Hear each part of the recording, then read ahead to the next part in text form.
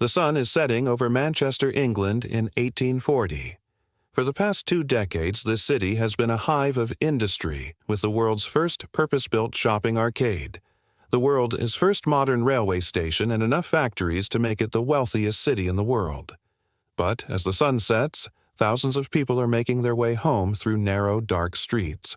Many are dodging piles of waste and wastewater from the nearby factories. Some pass by shuttered windows where workers died just weeks ago in a building collapse. And all around them are the sounds of machinery grinding to a halt and the constant hissing of steam engines. This is Manchester at the height of the Industrial Revolution. For the past half-century, new inventions have been transforming Britain and soon the entire world. The textile industry has been completely revolutionized by machines like the spinning jenny and the power loom, which can produce cloth 3 times faster than a person. Coal-powered steam engines are hauling massive amounts of goods across the country via trains and across the seas via ships. And factories are producing everything from weapons to silverware to, well, everything. All of this has made many people very wealthy. But for most people, life is actually getting worse. In fact, the Industrial Revolution is about to get a lot worse before it gets better. The Industrial Revolution began in Britain in the late 18th century and was caused by a number of factors. Britain had a lot of coal and iron, which were needed to power the new machines. It also had a rapidly growing population, which meant there were plenty of people to do the dangerous, low-paying jobs in the new factories.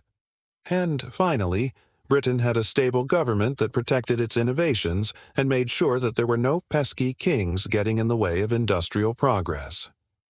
The first phase of the Industrial Revolution was powered by the invention of new machines like the spinning jenny and the power loom, which made textiles 3 times faster and cheaper than ever before. Not only did this make factory owners very rich, but it also led to a huge drop in the price of textiles, meaning that even poor people could afford to buy the things they needed.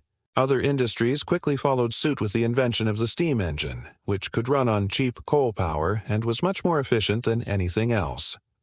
Soon, everything was being mass-produced in factories by machines that ran day and night.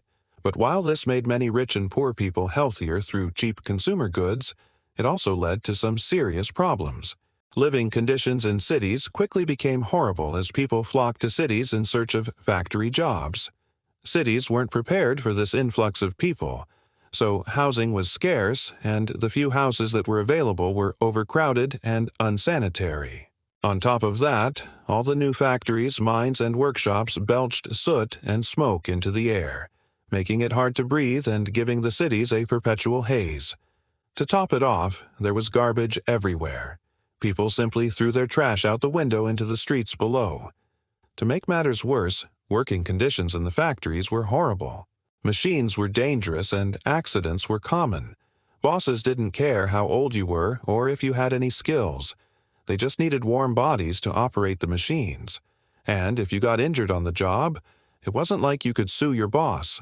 In fact, it was illegal to form unions or even go on strike. Your boss could literally fire you for asking for better working conditions. And if you got too injured to work, you would become a lifelong burden on your family. And believe me, this happened a lot. Despite all this, life during the Industrial Revolution would get a lot worse before it got better. The second phase of the Industrial Revolution began in the 1860s and was sparked by the invention of steel and the internal combustion engine. These innovations would transform transportation and construction, leading to even more growth and wealth. However, they also led to even more pollution and poverty. Cities were now growing so quickly that they were basically slums. Most people lived in abject poverty and breathed in polluted air every day, leading to widespread lung disease.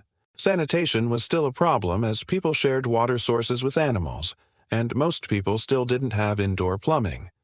As a result, diseases like cholera and typhoid were common. Working conditions also didn't improve much. In fact, they got worse as new technologies required workers to work faster and faster. People started to refer to the Industrial Revolution as the machine age because the machines were starting to dehumanize the workers. But while the Industrial Revolution was bad for most people, it was great for a select few.